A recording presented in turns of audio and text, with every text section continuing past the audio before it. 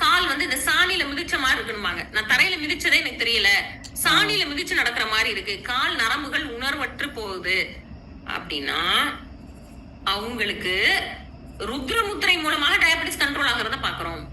ருத்ரமுத்திரை. அப்ப sugar control பண்ண என்னெல்லாம் முத்திரை அப்படின்னு நோட் பண்ணிட்டீங்க. எல்லாமே வேலை பார்க்குமா, எல்லா முத்திரை செய்யணுமா, மிக்ஸோபதி போடணுமா, அதெல்லாம் தேவையில்லை. யார் யார் உடல்நிலைக்கு என்ன முத்திரையோ அவங்களுக்கு அந்தந்த முத்திரை செய்தால் போதும். வெறும் வியானன் மட்டும் போதும், வெறும் ருத்ர முத்திரை மட்டும் போதும், வெறும் வாயு முதிரை மட்டும் போதும், பிராணன் அபாடன் காம்பினேஷன் மட்டும் போதும், பிராணன் மட்டும் போதும். இப்படியாக அவர்களுக்கு பஞ்சபூதத்துல எது தொந்தரவு இருக்கோ அதை மட்டும் கிளியர் பண்ணா போதும். இப்போ டயபெட்டிஸ்க்கு மட்டும் உள்ள முத்திரைகள் பார்த்திருக்கோம். அடுத்த வாரத்துல ஒரு நோய், அடுத்த வாரம்